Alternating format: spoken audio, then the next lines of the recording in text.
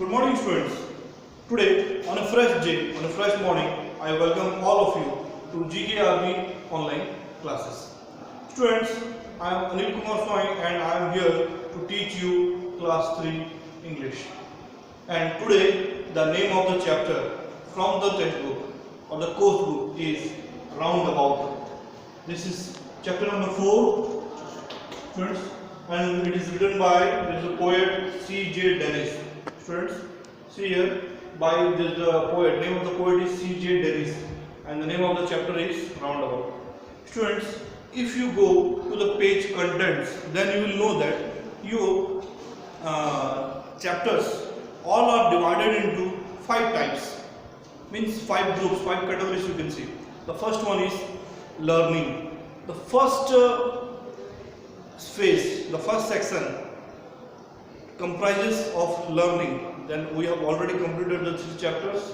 The first one is Whispering Palms, If Mice Could Roar, and Who Did Patrick Swimmer. The second one is technology, which we are going to study about. And the third one is celebrations. You know what is celebrations? Manana, Maud, koi bhi त्यौहार manana ho, that is called celebrations. It may be your birthday, it may be a success party, anything else. Then the fourth one is nature. Nature means prakriti. And the last one is art and culture. Art and culture is related to what culture do we possess and what we have got from our ancestors. Students, today we will read about the section technology. Students, what is technology? Technology is we can say a mechanism which by which the products which we get. Let us take the example of mobile.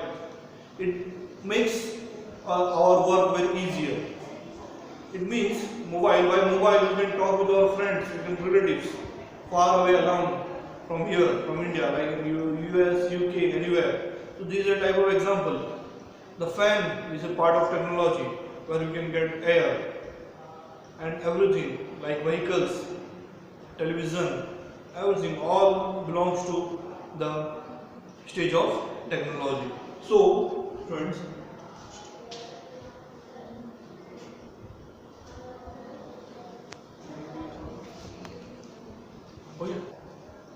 students, now what is technology? I have told you in few minutes before that technology is everywhere. Our cell phones, television sets, cars are all products of technology. Has technology made our lives easier or more complicated? No, it has. It is a question which is asked by the writers, publishers, that why technology is easier or complicated. Students, now I have told you that about technology. Is technology easier or it has made our life complicated? बच्चों, इसका मतलब यह है जो technology है, जो तकनीक है, क्या वो हमारे जीवन को आसान बना दिया है, बहुत ही कठिन बना दिया है, या कॉम्प्लिकेटेड कर दिया है, कंफ्यूजिंग में आ गए हैं? तो यही चीज़ ये जो पेज है, जो सेक्शन है, उसके बारे में हम अभी पढ़ने वाले हैं और चैप्टर का नाम है, सॉरी पोएम का नाम है round about. So do you wish you could fly in the sky like a bird? क्या हम ऐसा विश कर सकते हैं, क्या ऐसा हमारा इच्छा है कि हम भी स्काई में, आसमान में एक पक्षी की तरह उड़ सकते हैं? क्या ये पॉसिबल है? नहीं, ये संभव नहीं है. Tell the class what you would do if you fly high, if you could fly high above the world. मतलब तुम सोचो, अगर तुम ऊपर उड़ पाते आसमान में तो तुम क्या क्या कर पाते? वो सब चीज़ें हम इस चैप्टर में पढ़ने वाले हैं. तो चैप्टर का नाम मैंने आपको बता चुका, राउंड अबाउट. जो सबसे पहले उसके कुछ पहले स्टैंडर्ड जो है उसके लाइन्स पढ़ते हैं. They say the eagle is a bird that sees some splendid sights when he soars high into the sky upon his dizzy flights. बच्चों, इसका मतलब पहले 4 लाइन में 2 डिफिकल्ट वर्ड्स हैं, मैं यहाँ पे लिख चुका हूँ. पहला है स्प्लेंडेड, दूसरा है डिजी. स्प्लेंडेड का बच्चों मतलब होता है वेरी ग्रैंड, बहुत बड़ा, और डिजी का मतलब होता है making you feel that everything is spinning around you, मतलब हमारे आसपास सब चक्कर लगा रहा है. बच्चों, सबसे पहले मैं एक चीज भूल चुका हूँ, round about. The word round about means to revolve in a spinning way, और हिंदी में उसका मतलब होता है गोल चक्कर लगाना. बच्चों, अगर हम गोल चक्कर लगाते हैं तो that is called round about. वैसे ही हम यहाँ पे ईगल चील होता है, उसके बारे में अभी हम लोग पढ़ने वाले हैं। They say that eagle is a bird, सच बात है, ईगल एक पक्षी है। That seems some splendid sights, उसको क्या है, बहुत चीज़ें बहुत बड़े बड़े दिखते हैं, उसकी आंखें बहुत शार्प होते हैं, वो बहुत दूर से भी चीज़ों को क्लियरली देख पाता है। When it soars high into the sky, बच्चों सोर का मतलब हम लोग इससे पहले एक पोएम में पढ़ चुके हैं, फ्लाई हाई। जब वो आसमान में बहुत ऊंचा उड़ता है तब वो देखता है कि उसको जो चीजें हैं नीचे जमीन पर या आसपास बहुत बड़े दिखाई देते हैं। Then upon his dizzy flights, डिजी का मतलब उसके आसपास जो भी चीजें घूम रही हैं, फ्लाइट्स मतलब उड़ान, वो उसको आसपास जो है वो सब गोल घूमते हुए दिखाई दे रहे हैं। Then he sees the ground for miles around our house and Billy Johnson's. यहाँ पे बोला गया है कि वो जमीन पर बहुत नीचे माइल्स किलोमीटर्स ऊपर वो जमीन को देख पा रहा है, हमारा घर देख पाता है, हमारा स्कूल देख पाता है, हमारे खेल मैदान देख पाता है, और बिली जॉनसन का घर भी वो बहुत दूर से देख पाता है। बिली जॉनसन यहाँ पे एक कैरेक्टर का नाम यहाँ दिया गया है, उसका घर भी वो देख पाता है। But you can not be eagles, for that would of course be nonsense. सच बात है, क्या हम ईगल बन सकते हैं? क्या हम तो मनुष्य हैं, क्या हम ईगल जैसे एक बर्ड बन सकते हैं जो आसमान में बहुत ऊंचा उड़ सके? नहीं। और आखिरी में वो लाइन दिया गया है, that would of course be nonsense, कि वो एक नॉनसेंस है, वो बेकार की बातें हैं। बच्चों, नॉनसेंस का मतलब है समथिंग दैट इज स्टूपिड और फुलिश। फुलिश का मतलब गलत, फुलिश का मतलब गला, ये मतलब हमारे द्वारा नहीं हो सकता। अगर हम ऐसे सोच रहे हैं तो वो हम बेवकूफ है कि नहीं? हम ईगल जैसे उतना ऊंचा नहीं उड़ सकते, वो उड़ सकता है लेकिन हम वो काम नहीं कर सकते।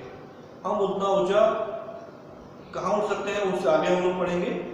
But you and I some summer day providing we are allowed will go up in an aeroplane and sail right through a cloud. But जो पोएट है वो बोल रहा है, but you and I, you आप और मैं, सम समर डे मतलब समर में, गर्मियों में, प्रोवाइडेड वी आर अलाउड। बच्चों, यहाँ पे प्रोवाइडेड एक वर्ड है ऑन कंडीशन, अगर हो सके तो, एक कंडीशन हो तो, अगर सुविधा हो तो, अगर हमको परमिशन मिले तो हम एक एरोप्लेन में जा सकते हैं। सही बात है, हम एरोप्लेन में जा सकते हैं, इसमें कोई मतलब असंभव वाली बात नहीं है। बहुत सारे लोग एरोप्लेन में भी ट्रैवल करते हैं, ट्रेन में, बस में ट्रैवलिंग करते हैं, लेकिन एरोप्लेन में भी वो ट्रैवल करते हैं। And sail right through a cloud. तुम लोग बच्चों अगर कभी प्लेन में फ्लाइट में आना करोगे, कभी देखोगे जो ऊंचाई से प्लेन गुजरता है वो कभी बादलों के बीच से भी गुजरता है, क्योंकि बच्चे बादल जो है वो ज़्यादा हाइट तक नहीं जा सकते, वो एक पर्टिकुलर हाइट तक ही वो उड़ सकते हैं। वो आपने कभी देखा होगा कि कभी बारिश के मौसम में, ठंडी के मौसम में पहाड़ों को कवर करता है वो पूरा बादल, तो वैसे ही उस समय बादलों के अंदर से वो जो एयरप्लेन है वो गुजर रहा है और गुजरेगा। But if they say we may not go will stay upon the ground, लेकिन अगर वो मना करते हैं तो हम नहीं जा पाएंगे। हम लोग क्या है, जमीन पर ही रहेंगे, जहां हम लोग रहते हैं हम लोग उससे ऊपर नहीं जा सकते हैं। With other things that have no wings and watch them walk around. With other things that have no wings, जैसे और किसी का पर नहीं है, विंग्स का मतलब पर होता है, वैसे हमारे पास भी नहीं है। And watch them walk around, और जैसे ही हम लोग जमीन पर पैदल चल के और सब लोगों को मतलब उड़ते हुए देखेंगे। पक्षियां हैं, एरोप्लेन हैं, और भी ऐसे बहुत सारे छोटे छोटे जीव जंतु हैं जो कि उड़ सकते हैं। तो बच्चों, ये जो पोएट है सीजे डेनिस, वो यहाँ पे एक इमेजिनेशन मतलब एक सोच है कि क्या हम अगर उड़ पाते। इससे पहले बच्चों एक पोएम था, एक माइस कुड रोर, उसमें भी हमने सोचा था कि अगर एक चूहा, अगर एक बाघ, एक सिंह जैसा अगर वो रोर कर पाता, आवाज निकाल पाता तो क्या होता, ये होता तो वो होता, ये होता तो क्या होता। ये सब क्या है, एक सोच है, एक इमेजिनेशन है। वैसे ही क्या हम ईगल की तरह उड़ पाएंगे? क्या ईगल जितना ऊंचा उड़ पाता है, जो इतने दूर से भी बहुत सारी चीज़ों को क्लियरली देख पाता है, क्या वो देख पाता है? क्या हम लोग देख पाएंगे? नहीं। यही पोएम में जो पोएट है सीजे डेनिस बताने की कोशिश कर रहे हैं कि क्या हम ये कर पाएंगे क्या। तो उनके कुछ फ्रेंड्स हैं या जो पोएट खुद बोलते हैं कि हाँ, अगर हमको अलाउ किया जाएगा तो गर्मी छुट्टियों में, समर डे में हम एरोप्लेन में घूम सकते हैं, जहाँ से हमको पूरे बादलों के अंदर से और ऊंचाई से हम पूरे ज़मीन को देख पाएंगे, हमारे घर, बिल्डिंग्स, नदी नाला जो भी है उसको हम देख पाएंगे और वहाँ पे फील कर पाएंगे। ठीक है, ठीक बच्चों, यहाँ इस पोएम में ये बताया गया है कि अगर हमको परमिशन मिले, अगर हमको अलाउ करें तो हम ऊंचा में उड़ सकते हैं। भले ही हम पक्षियों की तरह हमारे पास पर नहीं है, लेकिन हम इतना ऊंचा उड़ के सबको नीचे से देख सकते हैं, नहीं तो हम जमीन पर ही रहना पसंद करेंगे। ठीक है बच्चों। स्टूडेंट्स, अभी आपने जैसे देखा कि हमने ये पोएम कंप्लीट किया है round about by C C Dennis. अभी हम इससे पहले मैंने जो यहाँ न्यू वर्ड्स लिखा था, कुछ हार्ड वर्ड्स लिखा था, तो शायद मैं उम्मीद करता हूँ आप लोग सब इसको समझ गए होंगे। तो अभी हम एक्सरसाइजेस में थोड़ा ध्यान देते हैं। पेज नंबर 34 कॉम्प्रिहेंशन A1, सबसे पहले हम जाएंगे A1, give one word answers for this questions. बच्चों, ये जो पोएम है उसमें से कुछ आंसर्स निकाल के हमको इसको लिखना है। कुछ मैं आपको बता दे रहा हूँ और जो भी है उसको मैं आपको सेंड कर दूंगा व्हाट्सएप ग्रुप में, लेकिन सबसे पहले हम यहाँ थोड़ा डिस्कस कर लेंगे। सबसे पहले Which bird soars high into the sky? यहाँ पे जो दिया गया है उसका पहले आंसर होगा बच्चों ईगल। ईगल का मतलब आपको पता है बच्चों, चील। Which bird soars high into the sky? जैसे मैं आपको बताया था, soars का मतलब होता है fly high, ऊंचाई से उड़ना। वही बच्चों यहाँ पे बोला गया है ईगल। दूसरा है बच्चों what? According to the speaker would be nonsense। बच्चों, according to the speaker what would be nonsense? Nonsense ये होगा कि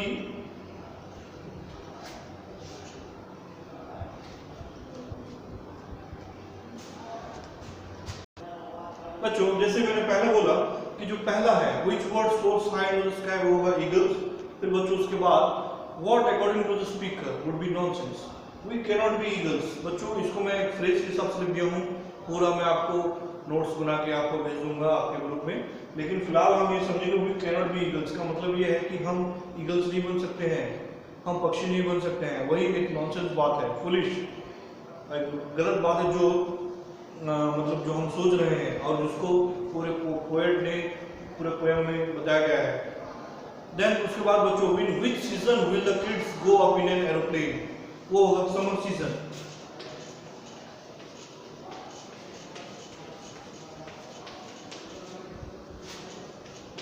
बच्चों, समर सीजन का मतलब आपको पता है, जैसे समर सीजन में आपको छुट्टी मिलता है स्कूल से, 2 महीना आप घर में मौज मस्ती करते हैं, वैसे ही जो वहाँ पे जो किड्स हैं वो ये सोच रहे हैं कि समर सीजन में अगर हमको मौका मिलेगा तो हम एरोप्लेन में घूमने जाएंगे और ऊंचाई में उड़ेंगे।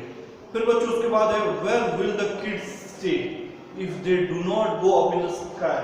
उसका आंसर होगा बच्चों ग्राउंड में। और कहाँ जाएंगे? ग्राउंड में रहेंगे, घर में रहेंगे। अगर वो ऊंचाई पे उड़ने नहीं जाएंगे तो कहाँ रहेंगे? वो ग्राउंड में रहेंगे। फिर बच्चों सबसे आखिरी, name one animal or object that does not have wings and walks on the ground. देखो बच्चों, यहाँ पे बोला गया है one animal or object that does not have wings, मतलब ऐसे कौन सा जानवर है? ऐसे बहुत सारे जानवर हैं। एलिफेंट हो सकता है, डॉग हो सकता है, रैबिट हो सकता है, बहुत सारे ऐसे जानवर हैं जो कभी ऊंचाई पे नहीं उड़ते हैं और हमेशा जमीन पे चलते हैं।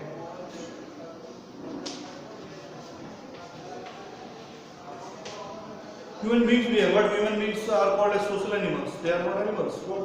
वो भी ऐसे हैं, कुछ एनिमल्स हैं जो कभी ऊंचाई नहीं उड़ सकते ऊंचाई में, बट वो हमेशा जमीन पे रहते हैं। फिर उसके बाद बच्चों A2 आंसर दिस क्वेश्चंस, इसको बच्चों हम लोग आपको आपके ग्रुप में भेज देंगे। तो फिलहाल अभी मैं वोकाबुलरी का कुछ पार्ट पेज नंबर 35 का कुछ चीजें मैं आपको बताने वाला हूँ। देखो बच्चों, रीड दिस डायलॉग में है। उसके बाद एंटोनियम्स। बच्चों, एंटोनियम्स का मतलब क्या होता है? एंटोनियम्स का मतलब होता है ऑपोजिट, उसी को अभी हम यहाँ डिस्कस करेंगे। Write down the एंटोनियम्स of the words given below. High. बच्चों देखो यहाँ पे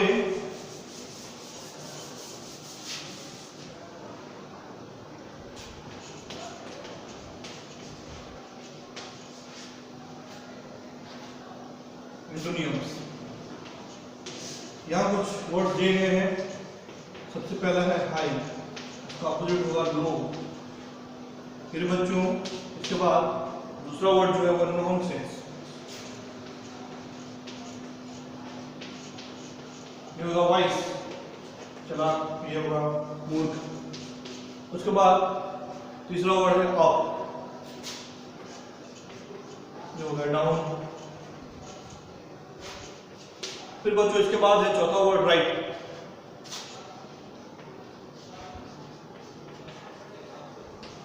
बोल सकते हैं wrong.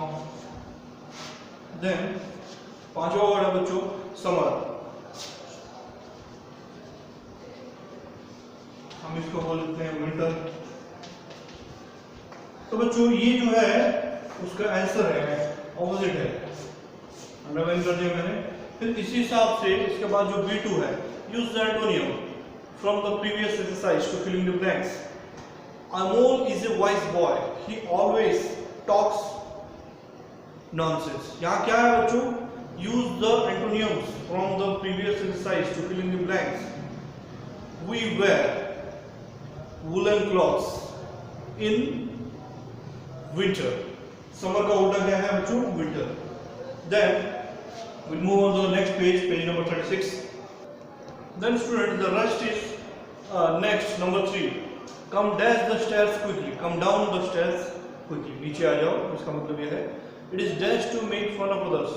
You can say it is wrong, ये गलत बात है, किसी का मजाक उड़ाना। फिर उसके बाद बच्चों this table is too high for me to work at। Table जो है वो बहुत ऊंचा है, वहाँ पे मैं बैठ के काम नहीं कर पा रहा, वो बहुत ऊंचा हो जा रहा है।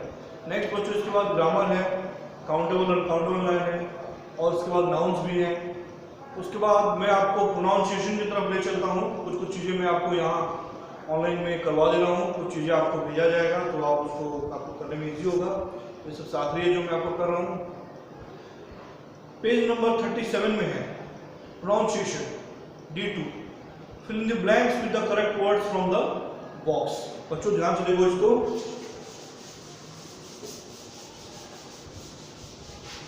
कुछ चीज़ें हैं उसको हम यहाँ बताना चाहेंगे।